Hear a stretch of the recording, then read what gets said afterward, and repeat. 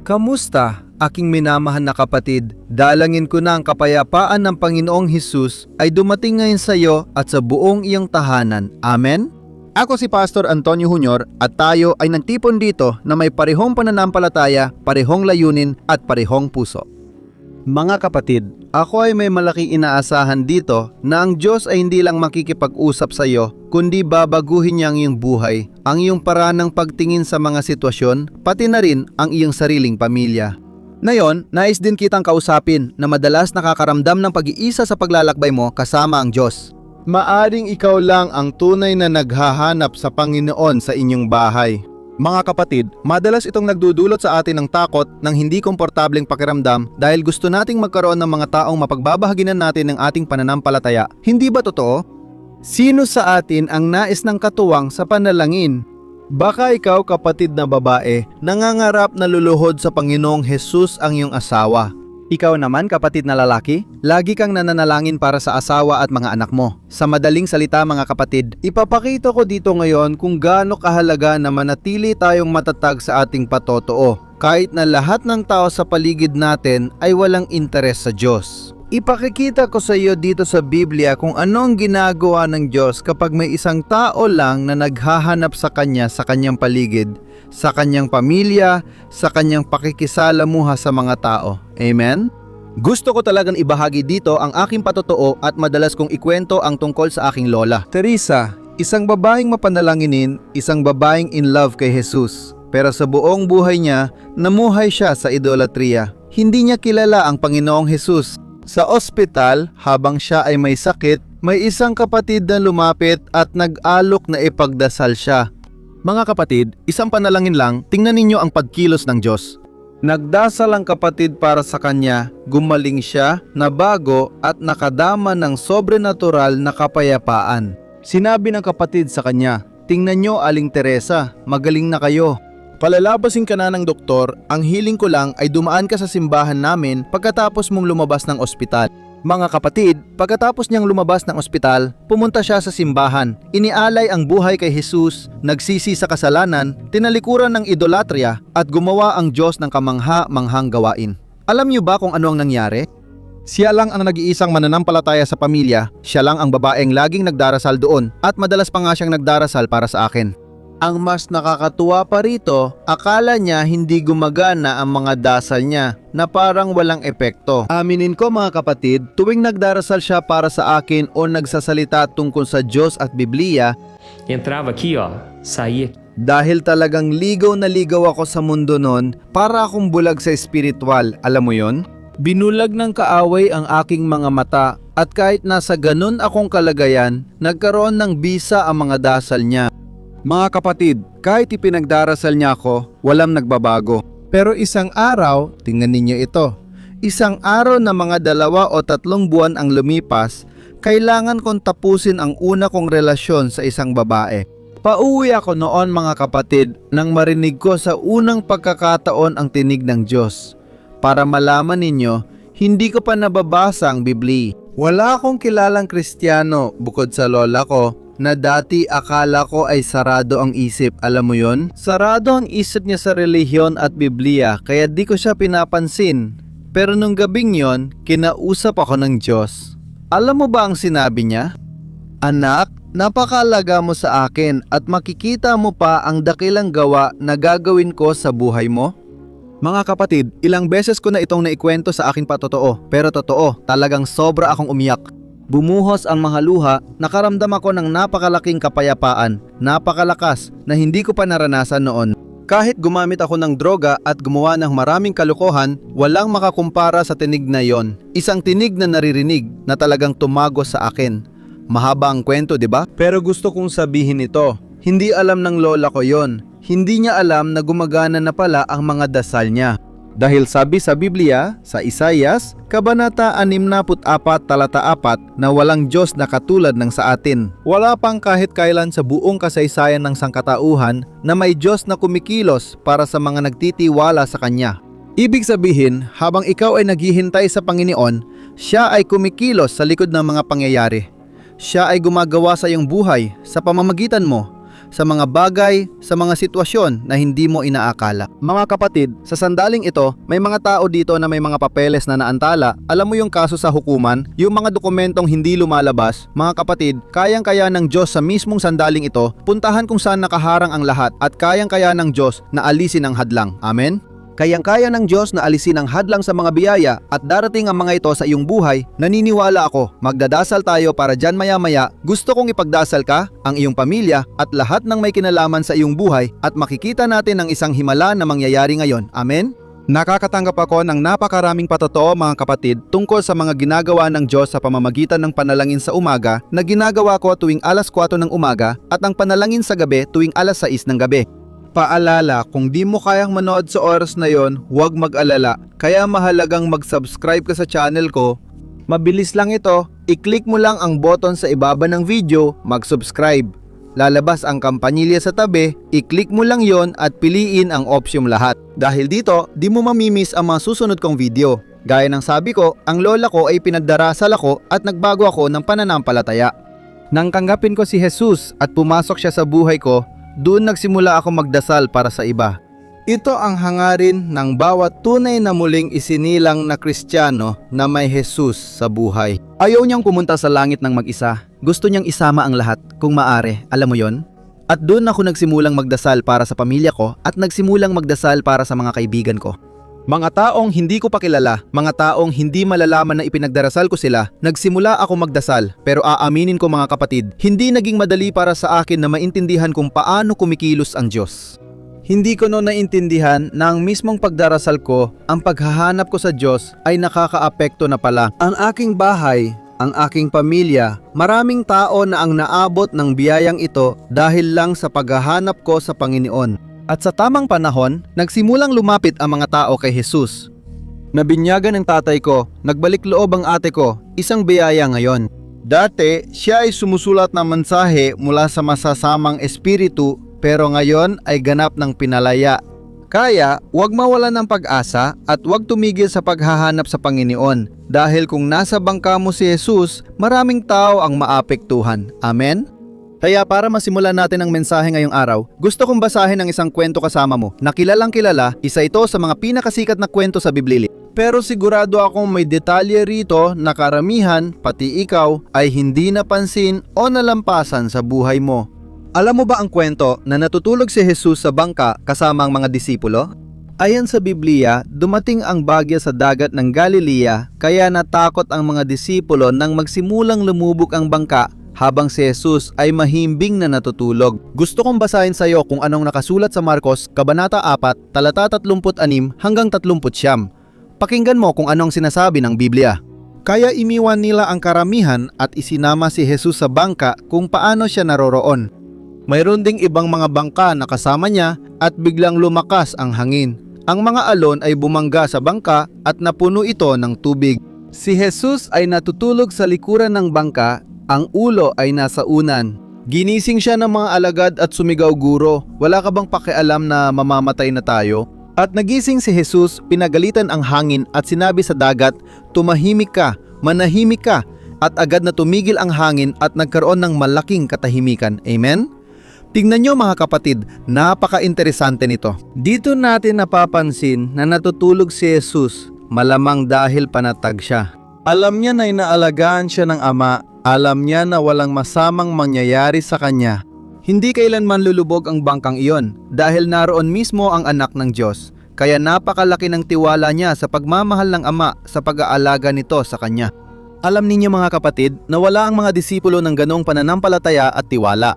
Kinikilala pa lang nila si Jesus. Nakita na nila ang mga himala at kamangha-manghang gawa niya, pero hindi pa nila alam ang kapangyarihan niya. Sa lahat ng kalikasan, sa dagat, sa bagyo, sa mga hangin, pati na rin kapag may bagyo, sa ibang mga ebanghelyo, nakasulat na namangha ang lahat ng mga disipulo at nag-isip, sino kaya ito na pati ang dagat at hangin ay kanyang pinapatahimik? Napaka-interesante nito kasi nakasanayan na nating magpokus lang sa bangka. Si Jesus na natutulog, ang dagat nakita na nila? Oo, nakita na nila. Nakita na nila ang dagat, nakita na nila, nakita na. Walang salitang nilalagay doon ng walang dahilan.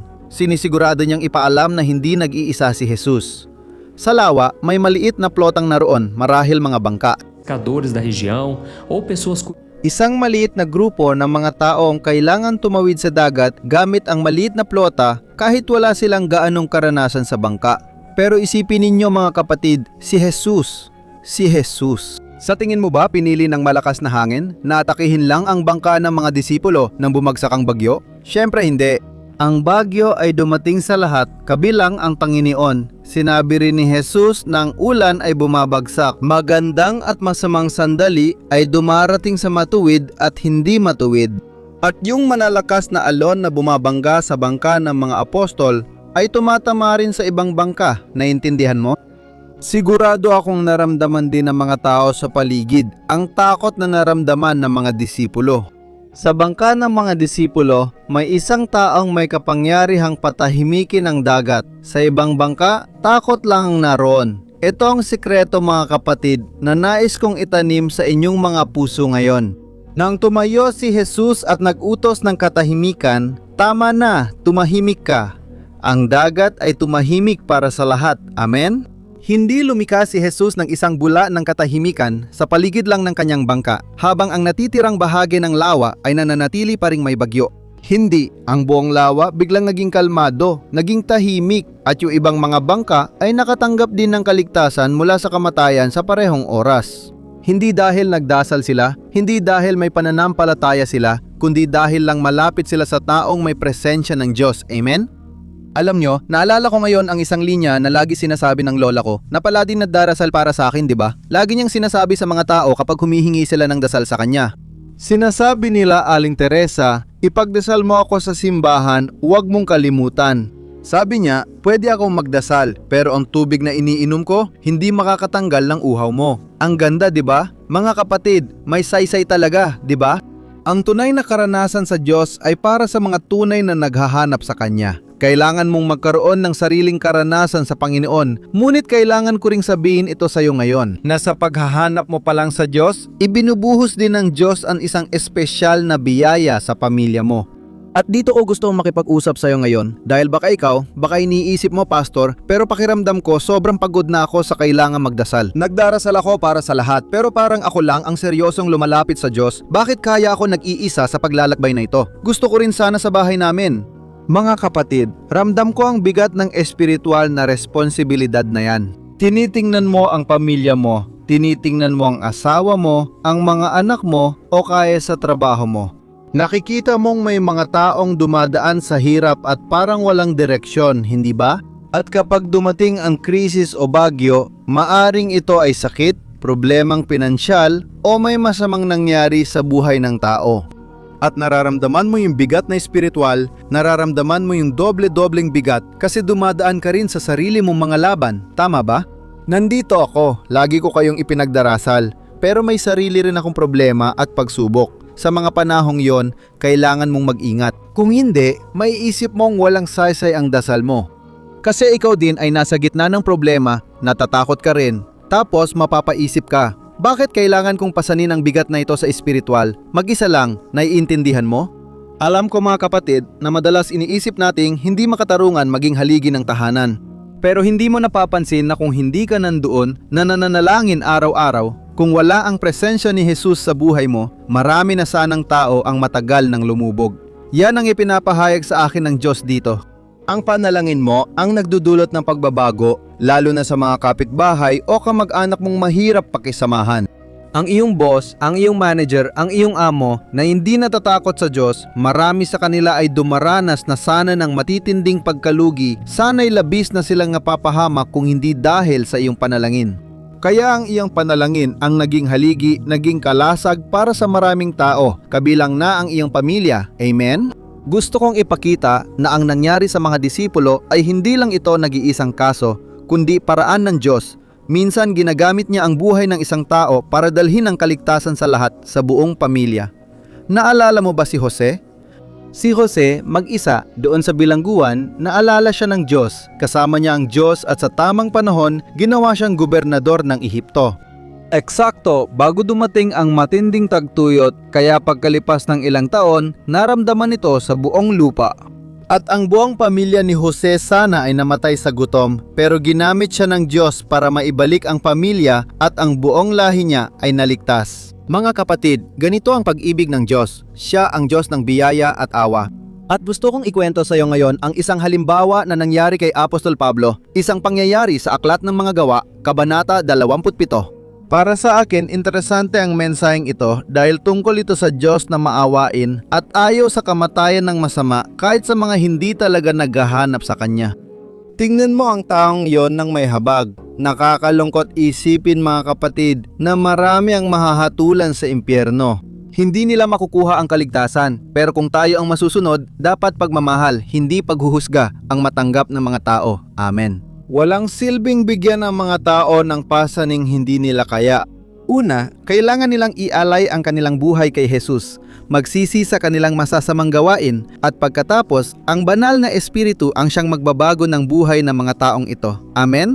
Sa bahaging ito ng Mga Gawa, Kabanata 27, si Pablo ay nakabilanggo at siya ay dinadala papuntang Roma sa isang napakalaking barkong pangkarga at kasama niya ay may 276 na tao. Yan ang sinasabi ng Biblia.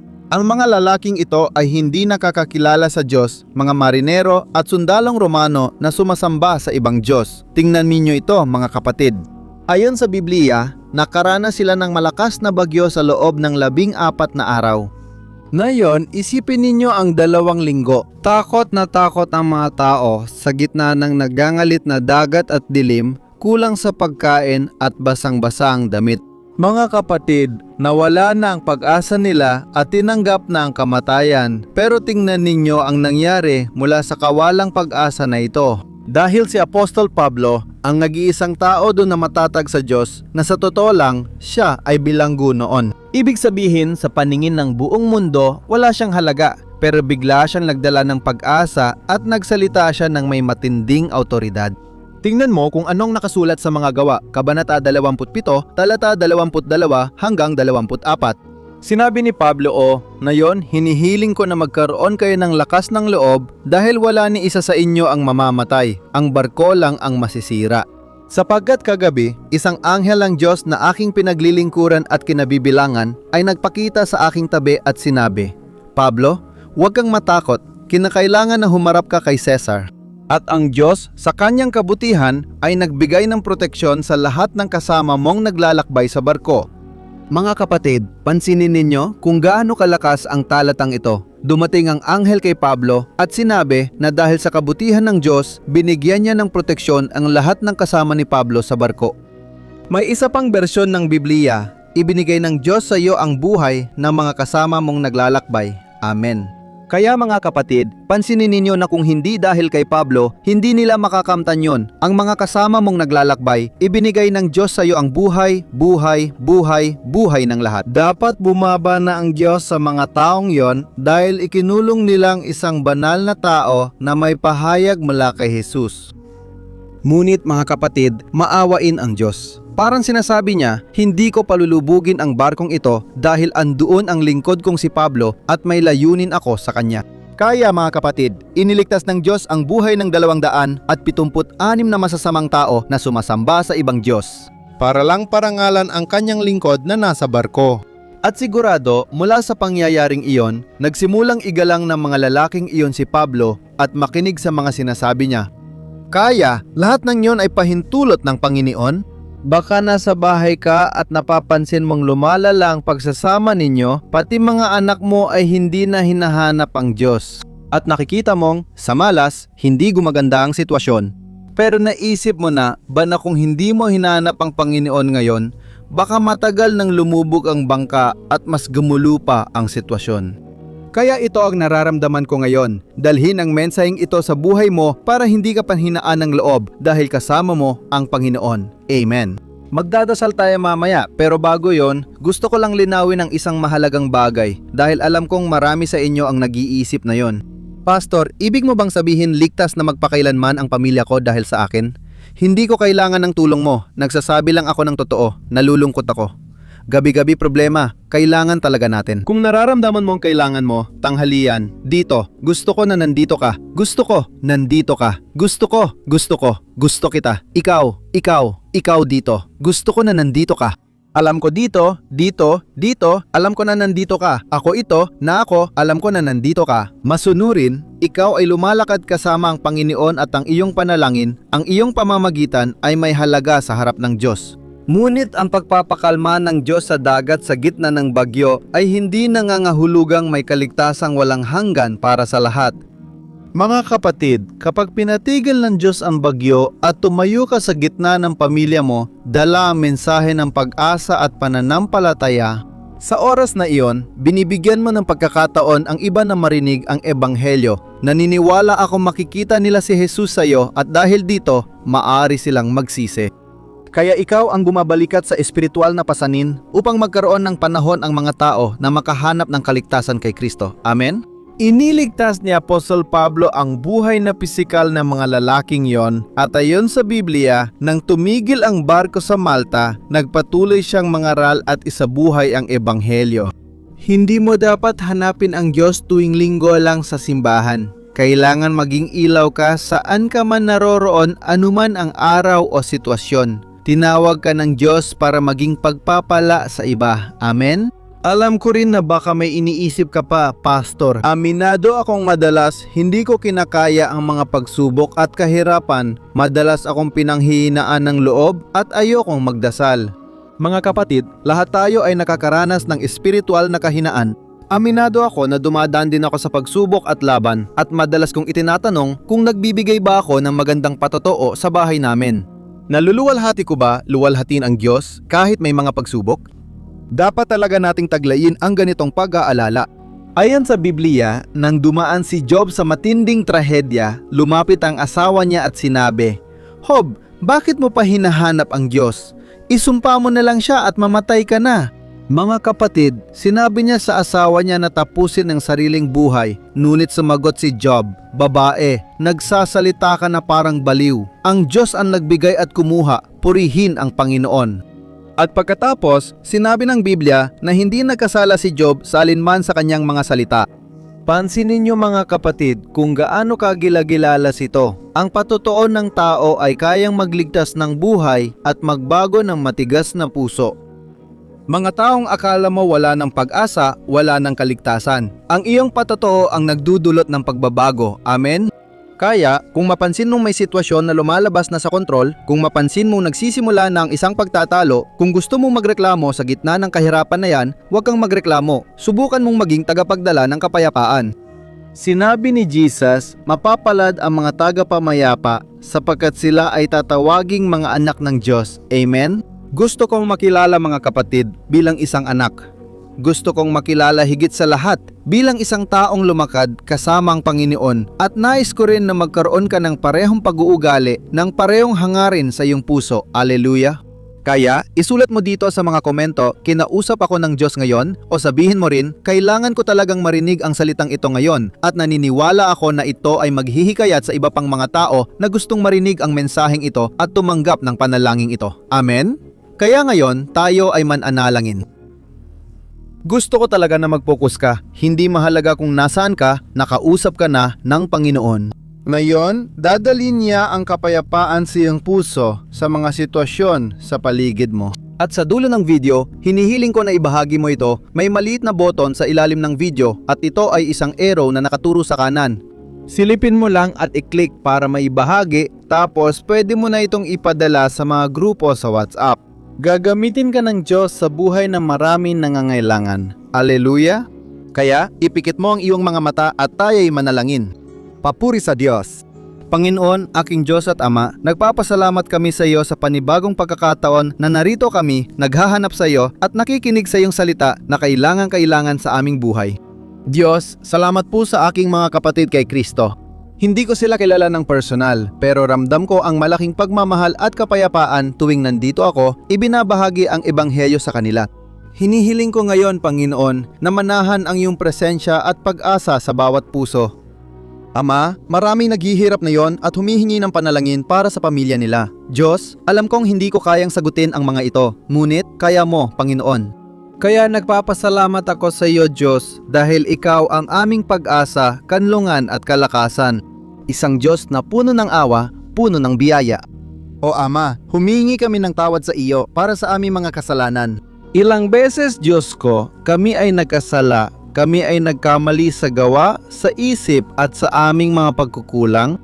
O Panginoon, huwag mo kaming hayaang dumaan sa buhay na ito nang hindi kami nag-iwan ng aming bakas, nang hindi kami nag-iwan ng pamana. Ama, nais naming gugulin ang aming buhay sa iyong presensya, hindi sa pagsasayang ng oras sa paninira sa gobyerno, simbahan, mga pastor at miyembro ng simbahan. Nais naming magmahal at maging tulad mo, Jesus. Ayaw naming aksayahin ang oras sa maliliit na bagay dahil may magagandang bagay kang inihanda para sa amin. Kaya, Ama ko, inilalapit ko sa iyo ngayon ang taong ito na nakarinig ng mensaheng ito at madalas nakakaramdam ng bigat, Ama. Siya ay naging parang bangka sa gitna ng bagyo. Pakiramdam niya ay napapaligiran siya ng mga alon at taong hindi naghahanap sa iyo, hindi nananalangin at madalas nakakasagabal sa kanyang paglalakbay ng pananampalataya. Diyos, hinihiling ko ngayon, Ama, palakasin mo ang aming mga balikat, ang mga balikat ng iyong mga anak. O Ama, palakasin mo ang mga nanulumong nag-iisip sumuko. Ipakita mo sa taong ito na si Jesus ay nasa bangka niya na hindi lang siya basta isang tao. Sa mundong ito na napakalaki, hindi siya walang halaga. Mahalaga kaming lahat sa iyo, Panginoon. Diyos, na yon ay namamagitan kami para sa mga taong nasa ibang bangka at nanganalangin para sa asawa na di pa nagbabalik loob. Ama, hinihiling ko para sa lalaking ito na may matigas na puso, maawa ka at baguhin mo ang kanyang buhay. Jesus, naway magkaroon siya ng pagtatagpo sa iyo, na hindi na siya maging selosong asawa, palaaway at lalaking walang kapayapaan, Diyos. Talagang nasa katapusan na tayo ng panahon at araw-araw ay lalong humihirap ang kabuhayan sa bahay. At sa walang tigil na paghahanap ng kabuhayan, marami ang nawawalan ng kapayapaan at nakakabala sa ibang tao. Kaya hinihiling ko ngayon, Espiritu Santo, dalawin mo rin ang asawang babaeng nanlalamig at wala ng sigla sa pananampalataya. Isa siya mapait na tao, isang taong puro reklamo na lang ang alam. O Diyos, ipinapanalangin din namin ang mga anak na naliligaw ng landas, mga anak na napapalayo na nawawala. Ama, sa mundong ito na napakapanganib, o Panginoon, sa pangalan ni Jesus, naway ang biyayang sa buhay ng taong ito ngayon ay umabot din sa kanyang mga mahal sa buhay. Na ang panalangin ng inang ito, amang ito, at kapatid na ito ay magsilbing espiritual na proteksyon upang iligtas ang ibang tao mula sa kamatayan, sa droga, sa mga bisyo, sa masasamang kasama at sa mga aksidente.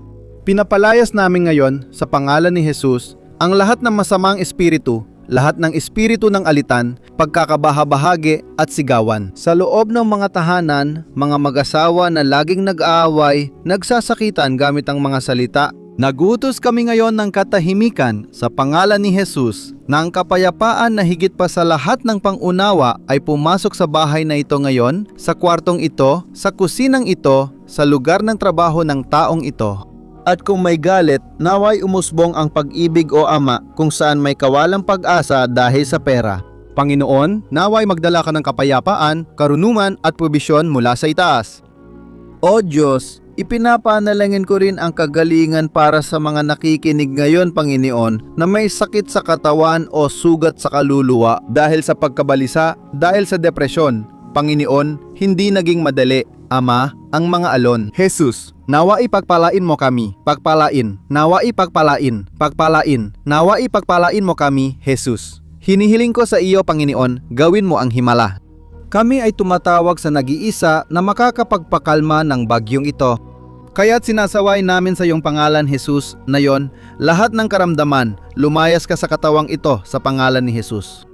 Sinasaway namin ang sakit ng ulo, sakit ng tiyan, pamamaga, mga problema sa puso at mga problemang emosyonal. Sa ngalan ni Jesus, Panginoon, gawin mo ang himala. Ilagay ang iyong makapangyarihang kamay, alisin mo. Ngayon, lahat ng takot, lahat ng pang-aapi, lahat ng masama na nasa loob ng taong ito ay lumayas ngayon sa pangalan ni Jesus. O Diyos, salamat po dahil narito ka sa amin at naniniwala akong kumikilos ka na sa aming mga puso.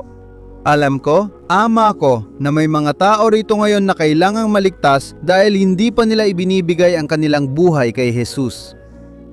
O aking minamahal na kapatid, kung naramdaman mo ang banal na espiritu na humipo sa iyong puso, ngayon kung kinikilala mong kailangan mong isuko ang kontrol ng iyong bangka kay Jesus, nais kitang anyayahan ng espesyal. Maaring nabubuhay ka ngayon sa gitna ng bagyo na walang kasiguraduhan sa kaligtasan. Kung sakaling mamatay ka ngayon, tiyak ka bang makakasama mo si Jesus? At ngayon pa lang, gusto kong sabihin sa iyo na ang kaligtasan ay hindi dahil sa iyong mga merito, hindi dahil sa mga mabubuting gawa na nagawa mo na sa iyong buhay, hindi dahil sa iyong pagsisikap o sa iyong karunungan. Hindi ito tungkol doon, ang kaligtasan ay dahil lang sa biyaya, wala sa atin ang karapat-dapat maligtas. Simula nang pumasok ang kasalanan sa ating puso, tayo ay nahatulan na at walang hanggan. Iyan ang dahilan kaya si Jesus pumunta sa krus at doon ibinuhos ang kanyang dugo para sa iyo at sa akin.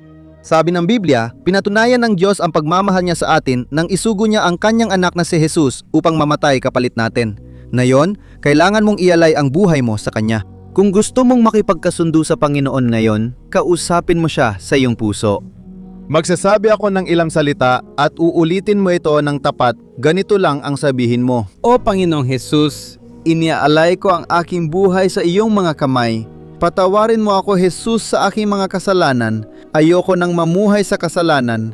Baguhin mo ako at iligtas mo ako. Naniniwala akong namatay ka sa krus para sa akin, muling nabuhay, at tinatanggap ko ang iyong kapatawaran at buhay na walang hanggan sa pananampalataya. Panginoon, gabayan mo ang bangka ko.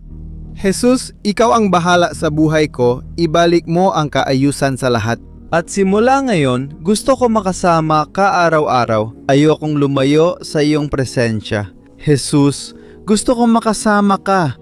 At para dito, hinihiling ko sa iyo, ipadala mo ang iyong Espiritu Santo na siya'y manirahan sa aking puso. Gusto kong ipamalita sa lahat, Jesus, na binago mo ang aking buhay. Sa iyong pangalan, ako nananalangin at nagpapasalamat. Amen. O Jesus, salamat. At Ama, tuwang-tuwa ako, Panginoon, dahil ang taong ito ay taimtim na nanalangin. At nawa ay mas marami pang tao ang maabot na yon na magkaroon ng kalayaan, na lahat ng takot ay mawala ngayon, na lahat ng inaapi ay mapalaya ngayon sa pangalan ni Jesus. At nawa ang iyong salita, Panginoon, ay magdala ng kagalingan, kaaliwan at pag-asa. At saan man makarating ang bidyong ito, Panginoon, naniniwala ako na matatapos na ang bagyo simula ngayon. Sa iyong pangalan, Jesus, ako'y nananalangin at nagpapasalamat. Amen. Papuri sa Diyos.